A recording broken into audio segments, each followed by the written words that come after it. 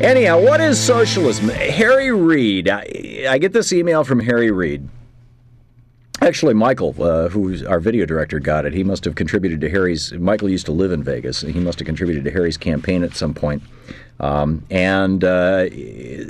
says, "Dear Michael, I wasn't there, but I'm told there were speeches, some signage featuring questionable assertions, and a lot of calling Democrats socialists.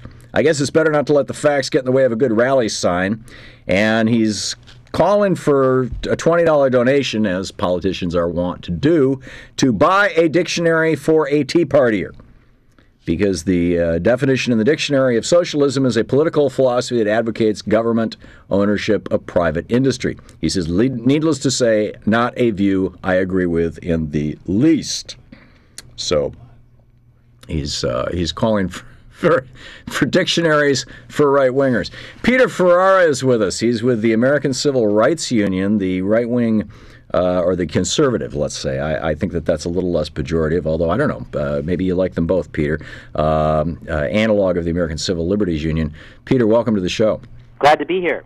TheACRU.org, by the way, your website. Peter, this use of the word socialism as an epithet, as a curse word to be hurled against Democrats, strikes me as bizarre.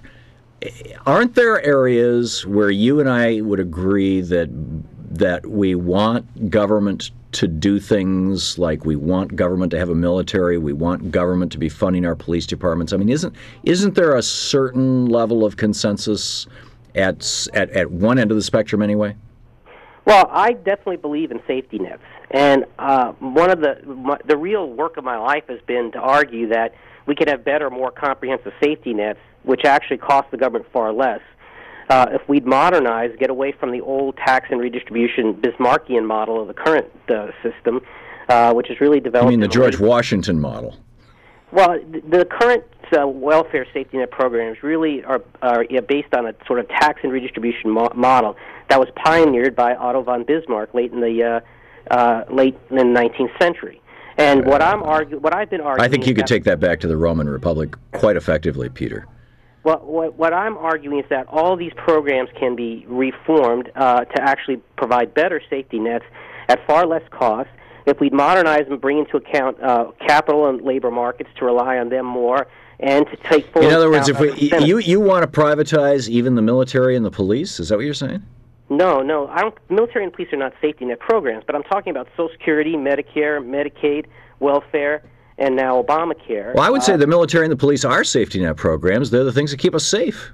Well, by safety net, I mean things that prevent people from falling below a certain level. And the so how is some guy whose only goal, like Stephen Hemsley, who runs United Healthcare, sitting on his $744 million worth of stock options, who in their right mind would want to put their financial future in this guy's hands? Well, I'm not sure what you mean by put their financial future in this guy's hands. Well, you're talking about taking social safety net programs and turning them over to predators in the private economy, I'm guessing. What I would do is take these social safety net programs out of government hands and into individual workers' hands. The themes are like patient power, personal empowerment and control. So let us all save up enough money that if we get cancer, we can pay for it. Let us all save up enough money that when we get old, we can retire on it. No. You have catastrophic insurance to back it. For example, a classic idea along these lines is health savings accounts. Sure. Under health savings accounts, instead of all the money going to the insurance company and the insurance company paying for everything, the money goes for catastrophic health insurance, paying for everything over a high deductible, and the rest of the money goes to you in your own savings account, and you pay for health care below the deductible out of that savings account. And if you get cancer, what, Peter? Because the HCA is $7,500 right now. Then the insurance company pays for it if you get cancer. I don't believe. But what about those people who choose not to have health insurance?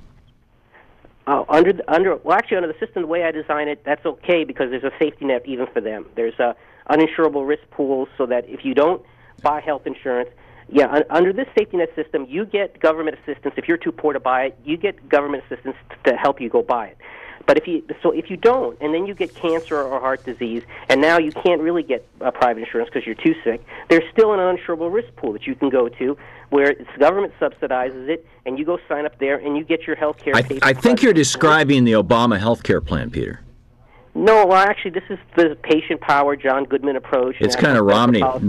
Well, but regardless of that, I want to get back to this original point, which is that people on your side of the aisle, the people on the right, are constantly accusing Democrats of socialism, and there's a broad consensus in this country that none of us want the government making our computers. We don't want the government making our clothes, although it would be nice to have clothes made in the United States again. It would be nice to have computers made in the United States again. But we don't even want the government doing that, even if it means bringing manufacturing jobs back home. We would really, on the other hand, there are things that we do want the government to do. We do want the government to keep us safe. And frankly, I put health care into that category. You don't. And I think that what we're arguing about is where that middle point is. You're saying health care isn't a right, it's a responsibility or a privilege, that it is not part of the commons. Let me back up a little. Would you agree that in the minute we have left, Peter Ferrara, that the essential purpose of government is to protect the commons, those things that are essential to life, liberty, the pursuit of happiness that we all share? Really, under my patient power approach, health care is more of a right. Kind of a yes or no. Yes. Then under my patient power approach, government health care is more of a right than it is under Obamacare. Because under Obamacare, if a government bureaucrat tells you, no, we're not going to pay for that, you take the painkiller and go home, where's your right? Whereas under the patient power... Well, your right is to stand out in front of your congressman's office and raise hell, whereas if you try doing that in front of Stephen J. Hemsley's office or his home, you will be arrested. Yeah, I'm in favor of insurance where you send them the bill. If a doctor tells you you need this health care, you send them the bill, and their only power is to pay it. That's really how I want the catastrophic health insurance to work. Then you've never been seriously ill, Peter.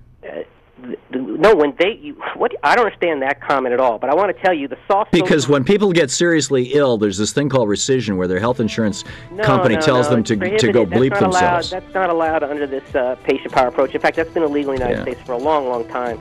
It has nothing to do really with Obama. I see. Okay. But the Democrat Party is the Democrat Socialist Party. They should change their name to that. Democratic.